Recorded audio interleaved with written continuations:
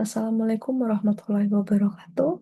Perkenalkan nama saya Jati Agustin, mahasiswa jurusan akuntansi.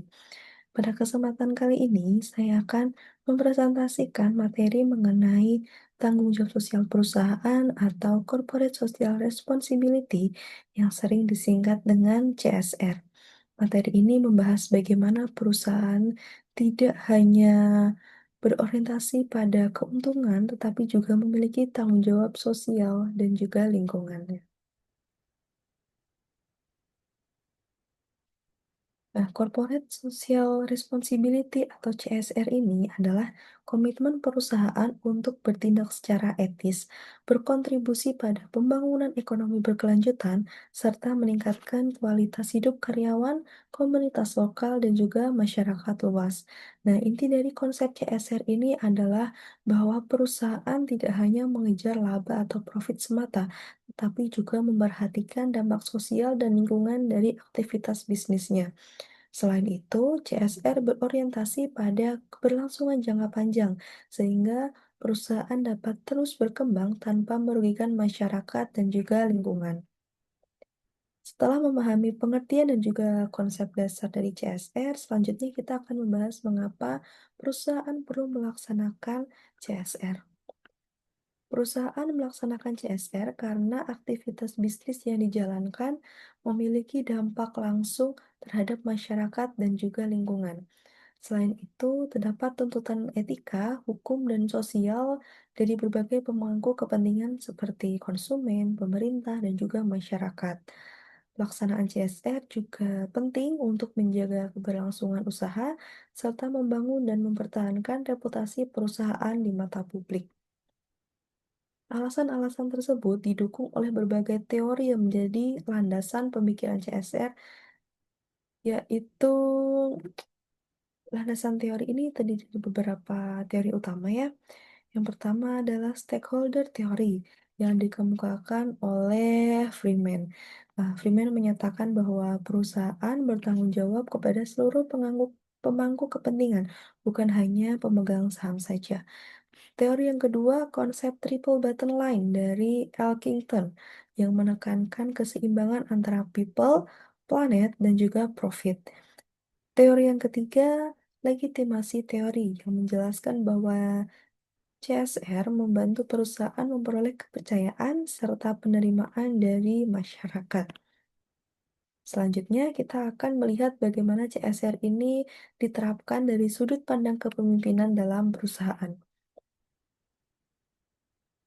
Dalam perspektif kepemimpinan, peran pemimpin sangat penting dalam menentukan arah dan juga kebijakan CSR perusahaan. Pemimpin diharapkan mampu menjadi teladan perilaku etis serta mengintegrasikan nilai-nilai sosial ke dalam strategi bisnis. Kepemimpinan yang etis dan juga transformasional dapat mendorong kepedulian sosial serta menginspirasi karyawan untuk bertindak secara bertanggung jawab. Nah, selain dari sisi kepemimpinan, CSR juga erat kaitannya dengan etika bisnis yang berlaku dalam perusahaan. CSR berkaitan langsung dengan prinsip-prinsip etika bisnis seperti tanggung jawab moral perusahaan terhadap masyarakat dan keadilan bagi seluruh pemangku kepentingan.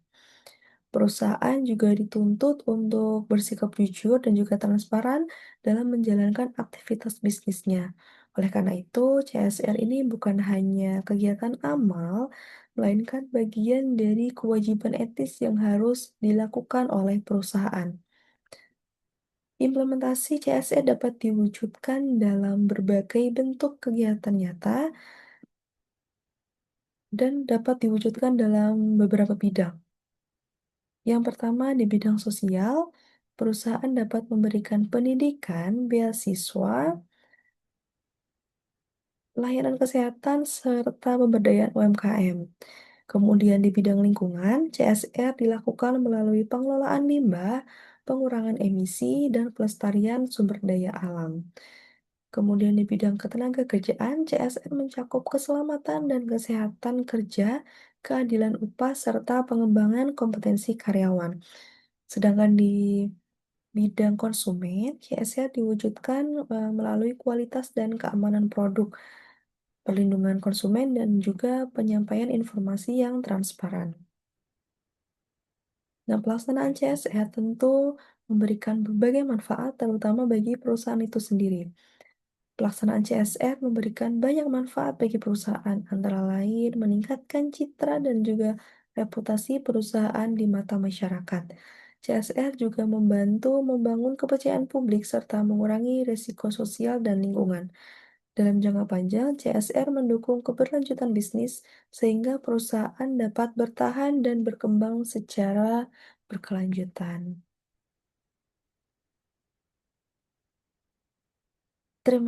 Demikian pemaparan mengenai tanggung jawab sosial perusahaan yang dapat saya sampaikan. Terima kasih atas perhatian yang telah diberikan. Semoga materi ini bermanfaat dan dapat menambah pemahaman kita mengenai pentingnya CSR dalam dunia bisnis dan juga akuntansi. Mohon maaf apabila ada kesalahan. Saya akhiri. Wassalamualaikum warahmatullahi wabarakatuh.